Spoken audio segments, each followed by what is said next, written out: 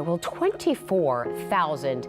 That is roughly how many domestic violence calls Houston police and the Harris County Sheriff's Office logged just last year. Filing criminal charges can help a domestic violence survivor break free from their attacker, but many find the criminal justice system overwhelming. KPRC2 investigator Robert Arnold is looking at the prosecution of these cases, breaking down the outcomes and the impact on victims. Robert.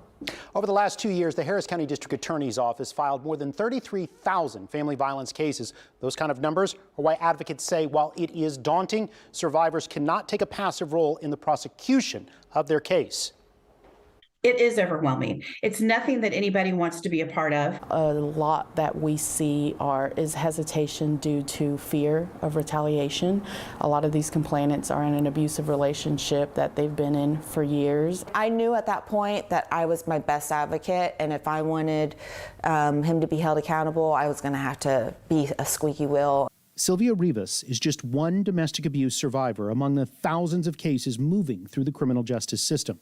In Harris County alone, more than 33,000 domestic violence cases were filed in the last 2 years, and close to 40% of those cases were dismissed. Started small, just the pushing and shoving. Rivas filed charges against her ex in both Fort Bend and Harris counties. Neither ended in dismissal, but the outcome left Rivas unsatisfied. I still don't live in peace like I feel like I deserve to be. In Harris County, court records show Rivas's ex got 4 days in county jail and probation, but the judge ended the probation even though he didn't comply with all the requirements. He was way more protected than I was. Harris County prosecutor Stephanie Abner says domestic violence cases are unique in that many involve victims and defendants who've built a life together. The person who is abused may feel like there is a sincere hope that the abuser is going to change. Abner says while the law allows prosecutors to move forward with a case even when the victim does not want to, it does create an uphill battle. There are many times when